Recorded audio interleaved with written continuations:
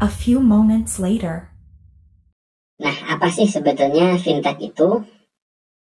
Fintech adalah gabungan dari dua kata yang financial, yaitu hal-hal yang terkait dengan keuangan, dan kemudian teknologi. Dalam hal ini adalah teknologi digital.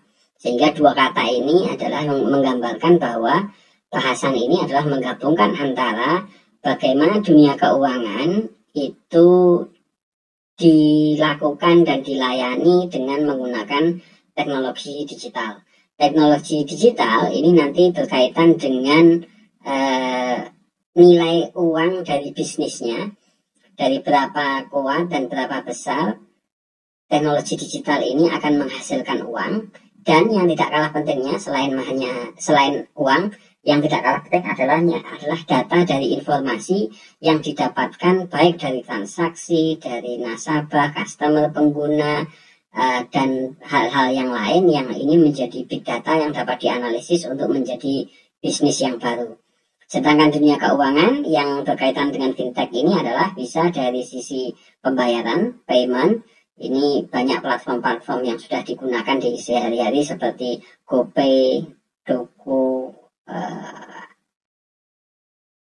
GrabPay, dan pembayaran-pembayaran yang lain, Paytm dan yang lain. Yang kedua, skema pembiayaan, baik itu skemanya peer-to-peer lending atau pemberian pinjaman dari satu pihak ke pihak yang lain, di mana perusahaan fintech ini menyediakan platform yang melayani kedua hal tersebut.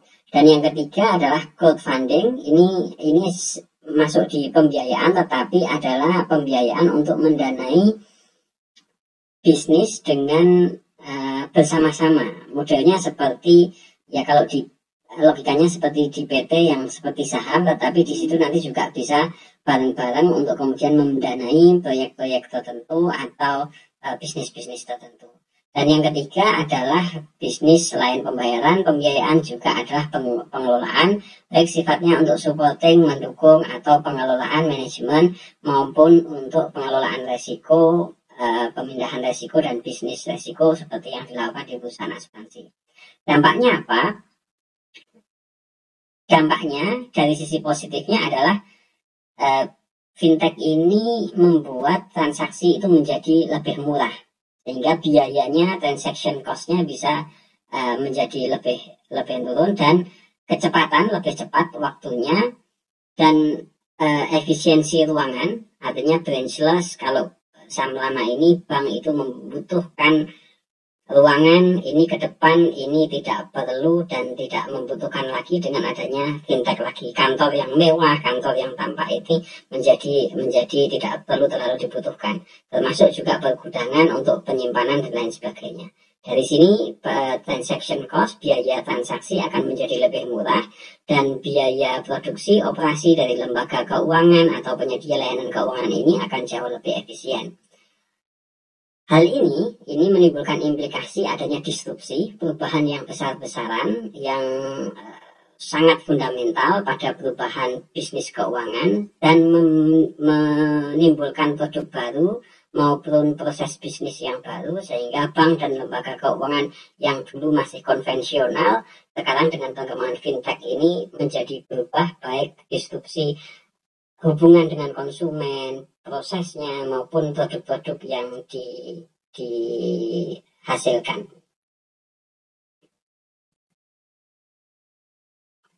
Nah, dari penjelasan di atas, kemudian di slide sebelumnya, kemudian ini definisi financial technology di Indonesia menurut dua institusi besar yang menjadi regulator atau yang mengatur dan memberikan izin kepada perusahaan-perusahaan fintech, baik yang terdaftar maupun yang diberikan izin secara keseluruhan. Nah, untuk fintech yang melayani pembayaran itu diatur oleh Bank Indonesia, sedangkan fintech yang lain itu di bawah inovasi keuangan digital yang lain itu di bawah Otoritas Jasa Keuangan. Nah, menurut Bank Indonesia dalam peraturan PBI, peraturan Bank Indonesia, teknologi finansial atau fintech itu adalah penggunaan teknologi dalam sistem keuangan yang menghasilkan produk, layanan, teknologi, dan atau model bisnis baru, serta dapat berdampak pada stabilitas moneter, stabilitas sistem keuangan, dan atau efisiensi, kelancaran, keamanan, dan keandalan sistem pembayaran. Jangan lupa bahwa tugas Bank Indonesia ini adalah fokus kepada pengaturan moneter, kemudian peredaran uang, dan sistem pembayaran, sehingga maka fokusnya di sini definisinya adalah menyesuaikan dengan tugas dari Bank Indonesia.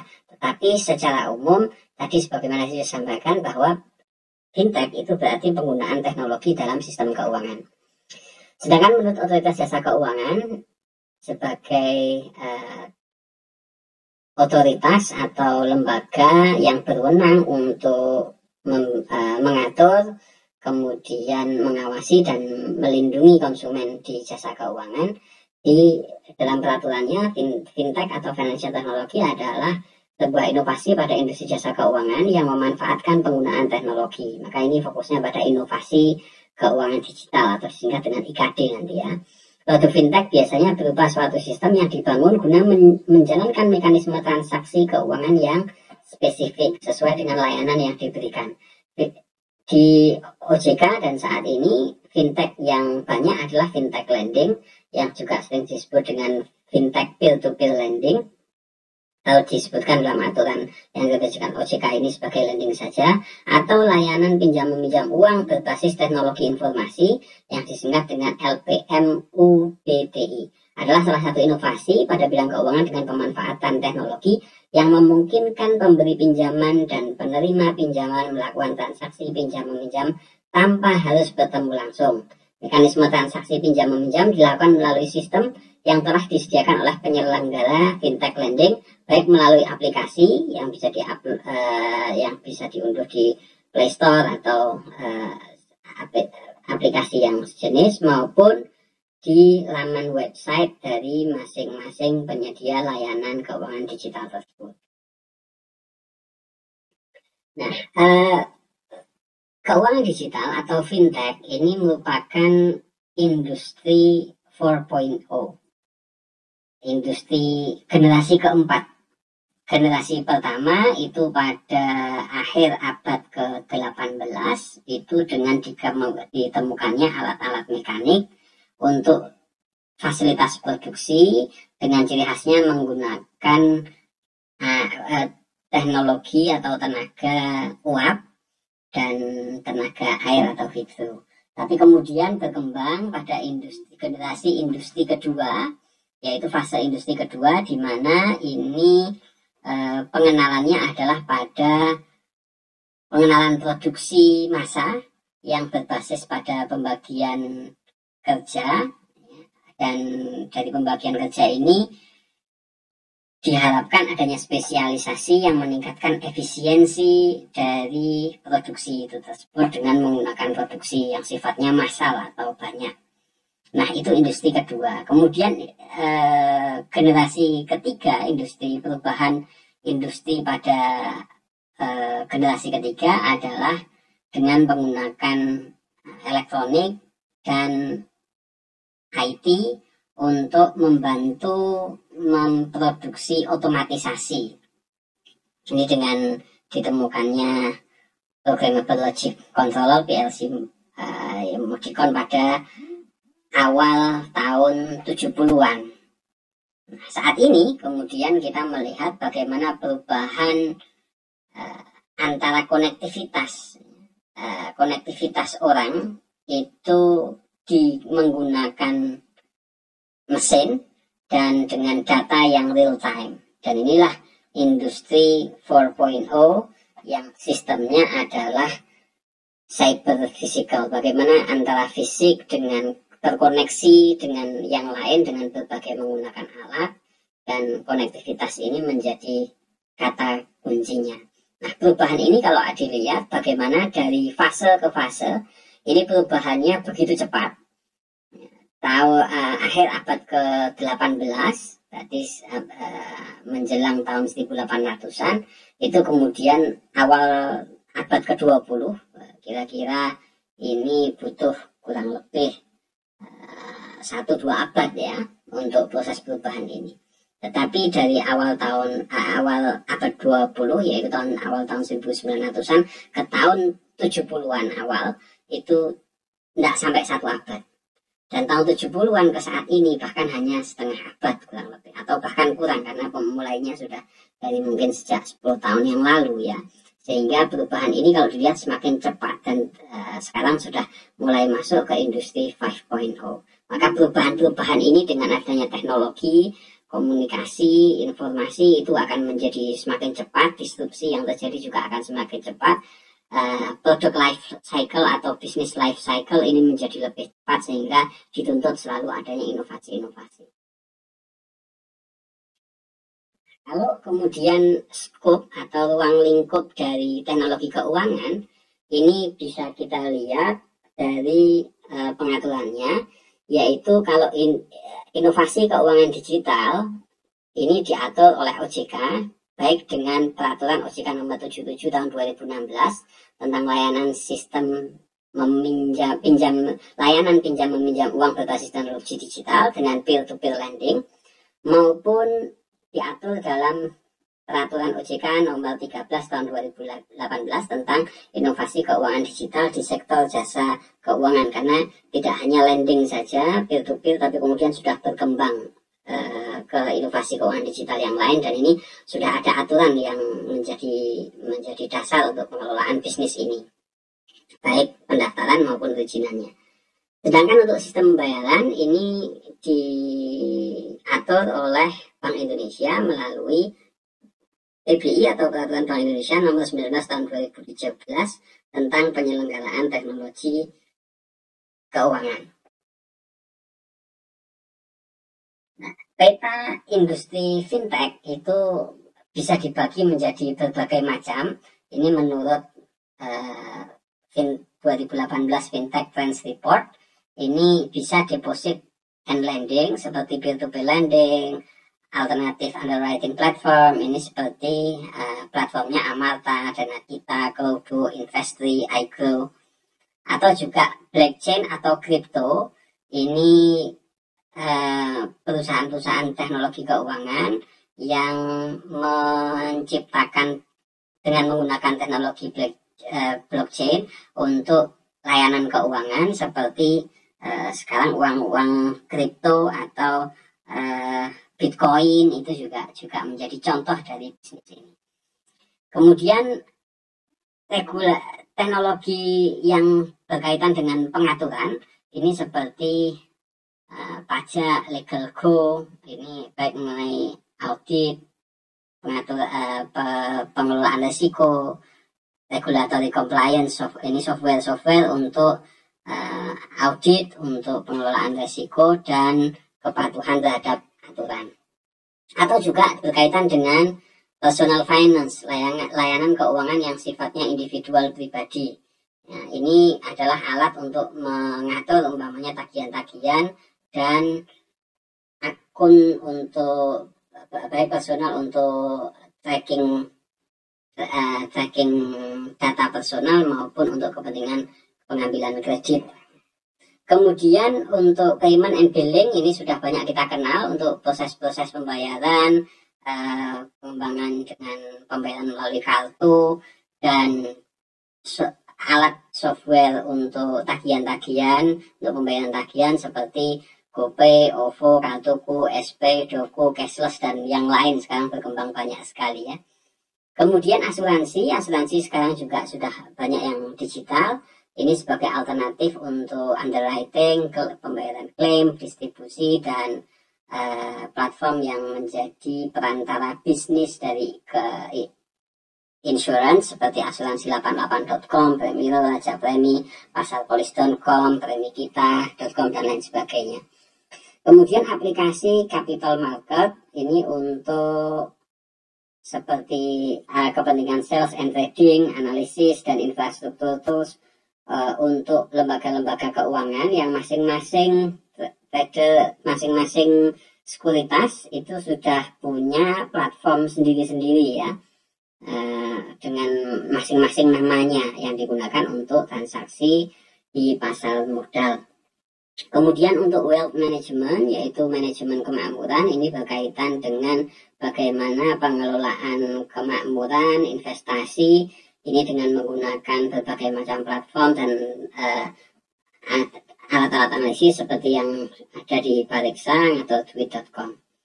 Kemudian market provisioning ini menyediakan informasi dan merupakan agregator dari berbagai macam aplikasi yang ada untuk memberikan informasi dan panduan dalam memilih layanan-layanan keuangan digital yang bisa dilakukan.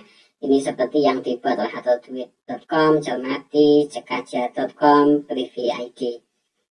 Juga ini capitalizing, jadi mengumpulkan modal melalui aplikasi-aplikasi yang disebut dengan crowdfunding. Jadi pendanaan yang rame-rame gitu ya, pendanaan bareng-bareng dari para investor untuk proyek-proyek atau bisnis-bisnis tertentu. Yang kita kenal, banyak kita kenal seperti kitabisa.com, Accelerant, Wiker ID. Kitabisa.com ini dan juga sekarang juga ada Santara umpamanya dan berbagai macam aplikasi yang lain. Nah, ini mapping atau peta pembagian sektor-sektor industri layanan keuangan digital. Nah, ekosistem keuangan digital ini merupakan disebut ekosistem karena kalau dalam alam semesta, ekosistem itu merupakan sistem mata rantai yang menghubungkan satu sistem dengan sistem yang lain, yang kalau dalam ekosistem keuangan digital itu terdiri atas banyak pihak, ya. Baik pemerintah, lembaga keuangan maupun para pengusaha. Ini menurut PricewaterhouseCoopers dan pihak-pihak yang terkait seperti regulator yang paling atas itu ya. Ini seperti kalau regulator kaitan dengan layanan jasa keuangan, ya otoritas regulatornya atau pengaturnya, pengawasnya adalah otoritas jasa keuangan. Kalau sistem pembayaran, maka ini regulatornya adalah Bank Indonesia. Kemudian untuk telekomunikasi, berkaitan dengan teknologi untuk telekomunikasi, maka ini regulatornya adalah Kemenkominfo. Sedangkan analisis praktek pembayaran ini pada PPATK ya, untuk APU dan PPT ini. Kemudian akselerator ini yang mempercepat ekosistem fintech ini adalah pusat-pusat riset dan bagaimana penelitian-penelitian tentang dunia teknologi dan dunia keuangan ini bisa digabungkan untuk kemudian oleh para akselerator ini, termasuk menghubungkan berbagai inovasi-inovasi yang pada masing-masing sektor sehingga lebih menyeluruh. Kemudian service provider, penyedia layanan baik lembaga jasa keuangan maupun perusahaan-perusahaan fintech. Juga perlu adanya fasilitator, baik ini dari asosiasi, masing-masing fintech ini punya asosiasi untuk membantu regulator dalam melaksanakan market conduct-nya ya. Juga konsultan, termasuk peran universitas, baik dosen maupun mahasiswa melalui penelitian dan pendidikan maupun para praktisi yang sudah berkecimpung di dunia ini untuk menjadi fasilitator dari bisnis layanan keuangan digital. Kemudian juga ada inkubator. Inkubator adalah sarana untuk mempercepat startup ya, untuk timbulnya usaha-usaha baru, dan ini juga berkaitan dengan penyelenggaranya baik oleh lembaga jasa keuangan maupun pemerintah daerah atau bahkan juga pemerintah pusat dan lembaga-lembaga lain yang punya komitmen untuk menciptakan pengusaha-pengusaha baru dalam layanan keuangan digital. Ini juga perlu adanya capacity builder, pembangun kapasitas yang menjadi lebih kuat, pengetahuannya, teknologi dan lain sebagainya, dan ini melibatkan pusat pendidikan dan pelatihan, sekolah-sekolah, umpamanya sekolah SMK ya, sekolah kejuruan, kemudian perguruan tinggi maupun lembaga pendidikan yang lain, termasuk universitas di situ. Kemudian ini juga berkaitan dengan digital utilities ya, bagaimana perkembangan dunia digital, penggunaan teknologi digital, baik tanda tangan digital, cyber security, CISRD, social data scoring, big data provider, blockchain, artificial intelligence atau kecerdasan buatan, biometric recognition teknologi untuk mengenal manusia baik melalui mata, melalui tangan atau yang lain. Dan ini juga berkaitan dengan customer-nya otomatis karena customer merupakan pengguna jasa keuangan dan ini mereka perlu untuk dilindungi dan mereka juga perlu dididik sehingga mereka punya literasi dan inklusi keuangan yang cukup baik. Nah, inovasi teknologi pada fintech ini bisa berbasis, teknologi fintech ini berbasis cloud infrastructure-nya, bagaimana infrastruktur untuk teknologi cloud computing dan penyimpanan ini diperlukan gitu. Juga blockchain, bagaimana penghubungan antara untuk uang-uang digital itu juga bisa diciptakan di situ. Kemudian juga teknologi biometrik yang berkaitan dengan itu untuk pengenalan personal individu melalui sidik jari, melalui mata dan lain sebagainya.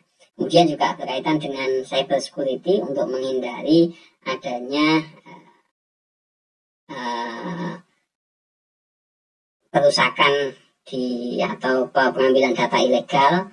Juga ada diperlukan kecerdasan buatan, artificial intelligence, dan big analysis dari data yang sudah ada, yaitu big data analytic. Nah, kemudian ini inovasi pada teknologi ini menghasilkan produk keuangan yang inovatif dan disruptif. Seperti crowdfunding, ya, pendanaan yang berbasis rame-ramenya ini melalui aplikasi yang ada.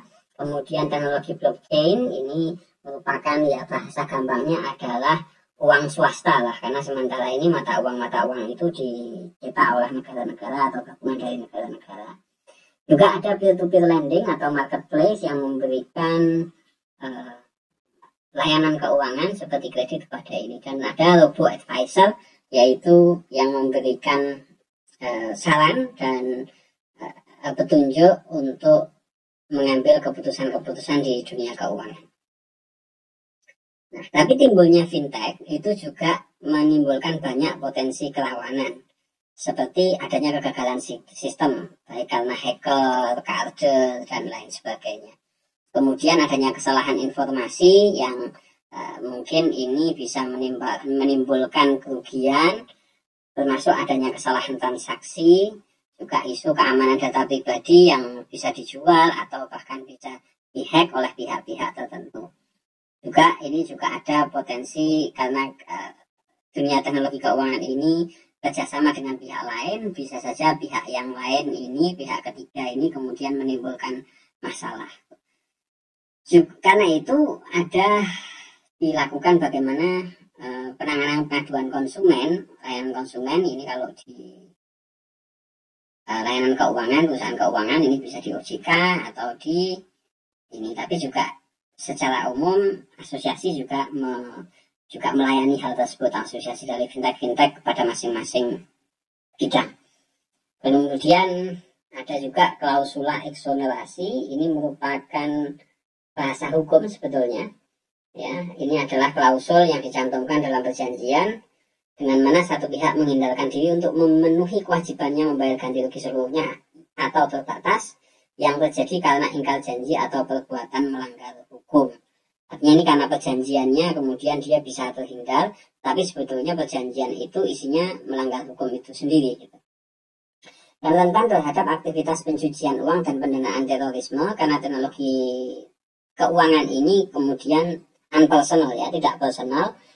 Siapa yang punya duit ini bebas. Nah, disinilah kemudian ada analisis untuk proses transaksi gitu. Dan ini memerlukan penerapan prinsip know your customer. Penerapan prinsip know your customer ini untuk mengetahui, termasuk dalam rangka menghindari aktivitas pencucian uang dan pendanaan terorisme supaya transaksi-transaksi yang dilakukan itu menjadi wajar. Artinya fintech ini banyak manfaat, tetapi juga banyak potensi timbulnya masalah. Seperti juga saat ini banyak masalah-masalah karena ketidaktahuan konsumen, kemudian konsumen mengambil pinjaman online atau di peer-to-peer lending yang kemudian dengan bunga tinggi, dan mereka karena ketidaktahuan mereka kemudian mereka terzolimi meskipun asosiasi sudah mengatur tentang hal itu untuk menghindari, tapi kadang-kadang hal ini tetap terjadi. Nah, bagaimana kemudian potensi-potensi itu bisa diminimalkan dampak negatif fintech itu gitu. Maka regulator sebetulnya sudah menyusun skema untuk customer protection dan education, bagaimana perlindungan konsumen itu dilakukan dan edukasi terhadap konsumen supaya konsumen itu punya kekuatan dan punya cukup berjaya, ya, customer empowerment melalui pengetahuan dari mana aja, dari literasi keuangan. Ketika mereka punya literasi keuangan yang bagus, maka mereka akan terhindar dari layanan jasa keuangan yang sifatnya predatory gitu ya, predatory lending atau memberikan pinjaman dengan bunga tinggi contohnya. Kemudian high disclosure, yaitu fintech ini dituntut untuk adanya pengungkapan informasi yang cukup tinggi dan transparan.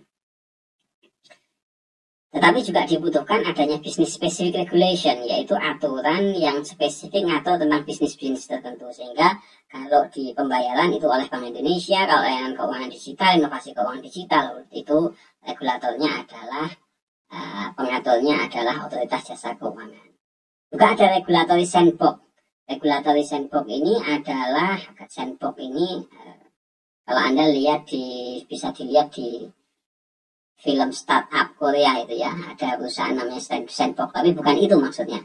Tetapi sandbox ini adalah filosofinya adalah menggunakan seperti box pasir gitu, yang kalau orang itu lompat jatuh, itu kalau di pasir itu nggak keras. Nah, bagaimana kemudian regulator ini, Otoritas Jasa Keuangan dan Bank Indonesia, itu menguji aplikasi yang ada, fintech yang ada, ini diuji dulu sebelum kemudian nanti menjadi barang publik atau bisa dinikmati oleh masyarakat, sehingga pengujian-pengujian itu untuk menghindari kesalahan-kesalahan sistem ataupun security atau keamanan dari layanan digital itu. Dan minimisasi masalah itu juga bisa dilakukan melalui market conduct supervision, jadi pengawasan yang berbasis pasar. Artinya fintech-fintech yang baik, fintech-fintech yang sukses itu akan mendapatkan dukungan, sedangkan fintech yang jahat, predatory lending seperti itu akan dijauhi oleh konsumen, dijauhi oleh investor dan lain sebagainya. Sehingga bagaimana market conduct atau pengaturan yang berbasis pasar ini juga bisa dilakukan. Nah, ini tahapan untuk inovasi keuangan digital ya. Ada 5 tahap sebagaimana diatur di aturan tentang inovasi keuangan digital, bahwa tahap awal kalau perusahaan itu mau mendirikan fintech, umpamanya itu inovasi keuangan digital, maka dia harus melengkapi dokumen-dokumen yang ada dengan surat permohonan pencatatan, kemudian harus punya akte badan hukum perusahaan beserta kelengkapan identitas pengurus maupun pengawas, direksi, komisaris kalau itu PT, kemudian penjelasan singkat mengenai produknya, data dan informasi lainnya terkait kegiatan inovasi keuangan digital, bisnis plan-nya, rencana bisnisnya, dan tanda terdaftar pada asosiasi. Karena asosiasi ini yang self-regulatory system untuk mengatur mereka sendiri melalui asosiasi. Nah, dari sini kemudian dicatatkan atau statusnya terdaftar, untuk nanti diuji dalam regulatory sandbox, diuji oleh regulator, apakah OJK atau Bank Indonesia, tergantung dari produk fintechnya. Nah, disinilah diuji model bisnisnya, proses bisnisnya, tata kelola teknologi informasi dan komunikasinya, manajemen resikonya, termasuk APU PPT, yaitu anti pencucian uang dan pencegahan pendanaan terorisme. supaya tidak dimanfaatkan oleh pihak-pihak yang kriminal begitu ya. Nah ini bisa sampai maksimum setahun, kemudian masih ada waktu untuk perbaikan-perbaikan itu.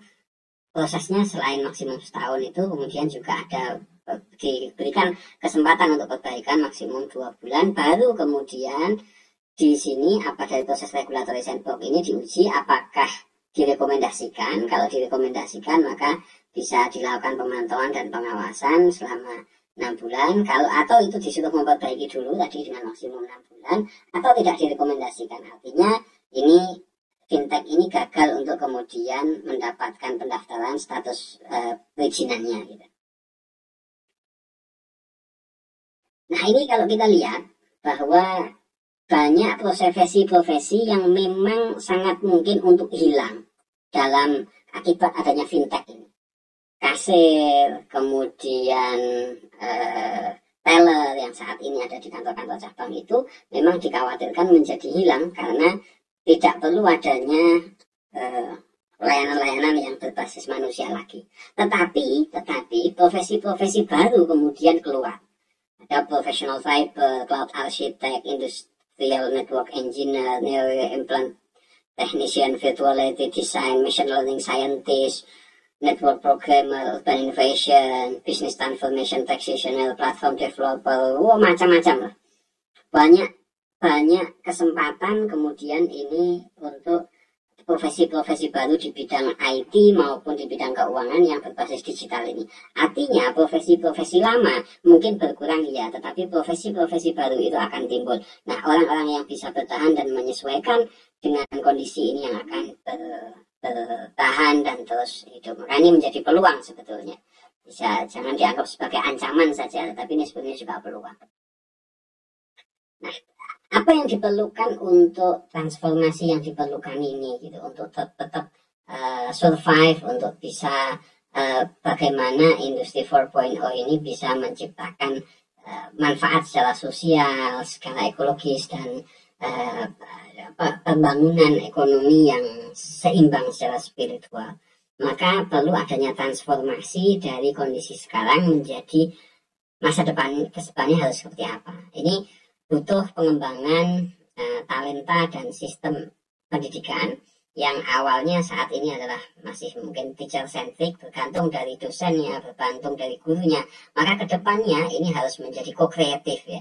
Bagaimana dia bisa melakukan secara kreatif menjadi pembelajar dengan belajar dari berbagai macam sumber secara mendalam sesuai dengan keinginannya. Kalau saat ini diistilahkan MBKM, Merdeka Belajar. Kalau di kampusnya merdeka untuk melakukan pelayanan dan inovasi, tetapi basisnya adalah bahwa mereka berhasil untuk mendapatkan kompetensi yang diperlukan. Kemudian juga sistem kerjanya, kalau saat ini mungkin kompetisi ada lowongan, maka kemudian berbagai orang yang bersaing untuk masuk di profesi-profesi tersebut. Tetapi ke depan tidak hanya kompetisi, tetapi juga ada kolaborasi. Justru kerjasama dari berbagai macam profesi itu yang akan meningkatkan industri ini. Maka pola pikirnya tidak hanya kompetisi, tapi juga kolaborasi. Meskipun kompetisi itu juga keniscayaan. Kemudian sistem investasi dan keuangan, kalau saat ini orientasinya adalah bagaimana tumbuh dan bagaimana menghasilkan laba. Tetapi ke depan dengan inovasi keuangan digital ini, sustainable financing ini penting. Pendanaan yang berkelanjutan. Mungkin tahap-tahap awal itu perlu promosi dan investasi yang besar. Tapi kemudian ini bisa keberlanjutan ke depannya juga menjadi isu yang perlu dipertimbangkan. Kemudian program kewirausahaan dan inovasi, kalau saat ini masih sifatnya silo intermittent, yaitu terpisah dan terputus-putus. Maka kemudian ke depan ini harus holistik dan continuous. Bagaimana program kewirausahaan dan inovasi itu menyeluruh sesuai dengan kebutuhan dan tidak hanya sektoral saja untuk bidang-bidang tertentu saja, tetapi juga keberlanjutan untuk berkaitan dengan teknologi dan keuangan, bisnis semuanya. Kemudian teknologi IT ini bagaimana tidak berjalan sendiri-sendiri tetapi bersamaan, dan program-program kewirausahaan dan inovasi yang lain ini tidak dapat berjalan sendiri-sendiri seharusnya, tapi beriringan. Kemudian kemudahan untuk melakukan bisnis, untuk membuat usaha, ini saat ini adalah orientasinya adalah bagaimana pelayanannya itu cepat dan nyaman. Tetapi ini tidak cukup ke depan. Dengan teknologi keuangan ini maka harus reliable atau dapat diandalkan dan adanya kepastian dari informasi dan kepastian pelayanan dan terukur begitu. Kemudian hak intellectual property, hak kekayaan intelektual, saat ini fokusnya pada perlindungan, tetapi ke depan itu perlindungan dalam rangka untuk menjamin kebutuhan masyarakat. Artinya bukan hanya proteksi saja, tetapi manfaat yang ada di masyarakat ini bagaimana, seperti apa. Nah, model bisnis dan resiko lembaga dan bank dan lembaga keuangan saat ini, mereka sebagai incumbent, itu juga kalau dibandingkan dengan fintech ini akan sangat berbeda gitu. Bisnis model saat ini, bank dan lembaga saat ini adalah centralized business model, model bisnis yang tersentralisasi ya, tergantung dari pusatnya, direksinya, kemudian ke cabang-cabang, ini sangat tersentralisasi. Tetapi dengan fintech ini, model bisnisnya adalah model bisnis yang bertolak belakang dengan itu, yaitu distributed bisnis model bisnis yang terdistribusi. Artinya ini kolaborasi antara berbagai macam pihak itu dikelola oleh fintech ini. Kemudian model resikonya, kalau bank dan lembaga keuangan saat ini adalah risk exposure dan risk transformasi resiko, dan kemudian pengaturan dari resiko yang timbul ini diatur sedemikian rupa. Nah, fintech itu tidak ada resiko yang harus dikelola dan adanya transformasi yang fokusnya hanya pada mengelola resiko operasional kegiatan usaha saja. Tapi untuk pendanaan, untuk kemudian pengelolaan itu masing-masing pihak yang kemudian melakukan ini. Aturan hukumnya ini kalau bank dan lembaga keuangan adalah nasabah dengan lembaga jasa keuangan, dengan bank dan lembaga keuangan. Tetapi kalau di fintech ini langsung peer-to-peer lending mamanya, ini nasabah dengan nasabah gitu. Tapi platform penyedianya inilah yang kemudian memfasilitasi. Bagaimana peran intermediasi bank dan lembaga keuangan saat ini? Intermediasi keuangan. Tetapi justru dengan fintech ini disintermediasi keuangan, menghilangkan fungsi intermediasi sehingga mereka bisa langsung berhubungan transparan antar mereka, antar pihak-pihak ini, antara dua pihak penyedia dan pengguna dana. Kemudian income-nya, bank itu dari interest based dan fee based income. Kalau kemudian fintech itu hanya fokus pada fee based income karena mereka tidak menginginkan interest gitu ya, bunga di situ, misi bunga dari investor dan dari ini. Tapi orientasinya benar-benar ke fee based income. Disclosure, transparansi terbatas, kerahasiaan penyimpan, nasabah penyimpan itu terjamin. Begitu pula kalau mereka meminjam, tetapi kalau di sini justru berbasis transparan. Yang punya uang dan yang butuh uang itu bisa saling menjelaskan. Pendekatan pengawasannya pun berbeda, supervisory approach-nya berbeda. Kalau saat ini adalah prudensial, kehati-hatian, pengawasan risiko. Tapi kalau saat ini adalah fintech itu basisnya adalah market conduct. Bagaimana pasar melalui demand and supply, mekanisme permintaan dan penawaran, itulah yang menjadi kekuatan pengatur di antara mereka. Teknologi-teknologi kunci pada fintech ini ada 10 di sini yang diperlihatkan. Ada big data analytic, ya, analisis dari data yang besar dari berbagai macam transaksi dan identifikasi konsumennya, volumenya besar, baik yang struktur maupun tidak, mau baik yang berbasis internet atau korporasi. Analisisnya pun tidak bisa tradisional lagi, tetapi bisa menggunakan pola-pola terfokus, trennya, kecenderungan tren waktunya, perbedaan waktu gimana, korelasi hubungan antara satu hal dengan hal yang lain. variabel yang lain, dan preferensi konsumen atau preferensi nasabah ini menjadi hal yang kunci. Kemudian artificial intelligence ini program komputer yang mampu bagaimana problem solving, kemudian pengenalan suara, visual perception, persepsi dari yang terlihat, ya, pengambilan keputusan, maupun bahkan language translation atau penerjemahan bahasa ini menggunakan berbagai macam kecerdasan buatan seperti pada layanan robo advice pada layanan keuangan. Kemudian machine learning ini bagian dari artificial intelligence, tetapi bagaimana mengenali pola dari data besar yang ada dengan algoritma-algoritma tertentu, baik untuk penentuan keputusan atau prediksi ke depan. IoT, yaitu Internet of Things, yaitu bagaimana teknologi ini bisa menggabungkan dengan berbagai macam layanan kehidupan manusia sehari-hari dengan menggunakan mobile phone, smartphone, mobil, rumah, alarm rumah, kemudian alat-alat teknologi yang lain dengan terhubung ke melalui internet.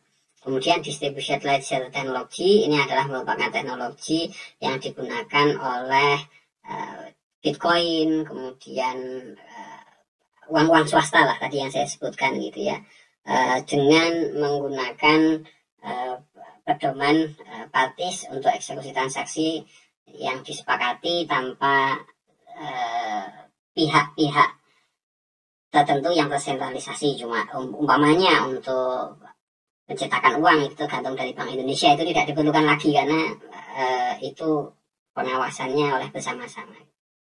API yaitu Application Program Interface, ini aplikasi untuk interface dan program seperti Financial Management Tools. Kemudian Smart Contract, ini adalah bagaimana kontrak itu juga bisa dilakukan secara digital, kemudian eksekusinya juga otomatis jika persyaratan sudah dipenuhi sebagaimana dalam tadi distributed ledger teknologi tadi. Cloud computing ini penggunaan remote dan share servers dalam menyimpan dan memproses data. Tujuannya adalah untuk efisiensi karena memang penggunaan server ini menjadi cukup dan bahkan sangat mahal. Kriptografi ini berkaitan dengan ilmu untuk melindungi informasi seperti untuk mengenkripsi, dan ini menjadi algoritma matematik yang penting karena kalau hanya sekedar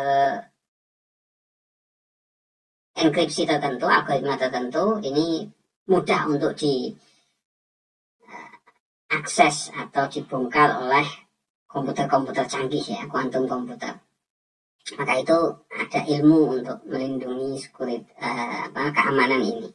Kemudian biometrik yaitu digital capture and storage dari data karakter unik individu, baik finger, sidik jari, kemudian mata, suara, bahkan wajah gitu. Sebagai penutup, saya akan menyampaikan beberapa kesimpulan dari paparan tadi, yaitu teknologi digital dan keuangan ini akan mendisrupsi dan mentransformasi bisnis keuangan, sehingga adaptasi terhadap teknologi ini perlu dilakukan baik oleh konsumen, regulator, maupun oleh perusahaan keuangan. Kemudian saat ini adanya dengan kondisi pandemi COVID-19 ini menjadi katalis yang mempercepat perubahan ini, karena mereka harus menjaga jarak, nggak boleh work from home, dan budaya-budaya baru yang perlu menggunakan internet dan menjaga pertemuan fisik antara satu dengan yang lain. Kemudian bank dan lembaga keuangan ini perlu mengadopsi teknologi keuangan digital untuk melakukan adaptasi dan inovasi. Mereka yang bertahan bukanlah mereka yang terkuat, tetapi mereka yang bertahan dalam dunia bisnis saat ini adalah mereka yang bisa menyesuaikan diri dan beradaptasi terhadap perubahan itu. Ini sesuai dengan teori adaptasi, yaitu survivor of the fittest, bukan survivor of the strongest atau fastest. Mereka yang bertahan adalah mereka yang bisa menyesuaikan dengan perubahan, bukan mereka yang paling kuat atau yang paling cepat. Ini bisa dilihat bagaimana perusahaan-perusahaan yang dulu berjaya, BlackBerry, Nokia, Yahoo itu kemudian berjatuhan dan digantikan dengan Google, kemudian melalui smartphone Samsung maupun Apple iPad dan lain sebagainya, karena mereka menyesuaikan dengan teknologi dan selalu melakukan inovasi sehingga mereka tidak mati. Prinsipnya adalah innovate or die, melakukan inovasi atau mati. Saat ini dengan fintech, pasar ini memegang peranan yang sangat penting. Perusahaan fintech dituntut untuk tahu kebutuhan dan keinginan konsumen dan memberikan solusi yang terbaik kepada konsumennya. Konsumen pun perlu tahu, konsumen pun juga perlu menseleksi mana layanan jasa keuangan yang sudah tidak efisien, tidak ini, sehingga ini di sini perlu adanya literasi keuangan. Dan kalau dilihat bahwa disrupsi dan transformasi ini merupakan termasuk disrupsi di profesi-profesi keuangan. Ada profesi-profesi yang memang terhapus, seperti teller, kasir. Itu mungkin ke depan akan semakin minimal. Dan saat ini pun proses PHK itu juga terjadi. Tapi juga ini menjadi peluang sebetulnya karena ada profesi-profesi baru. Sehingga tidak perlu terlalu khawatir, tapi bagaimana tadi bisa melakukan adaptasi dan inovasi-inovasi termasuk dengan profesi-profesi baru. Demikian, semoga bermanfaat. Terima kasih.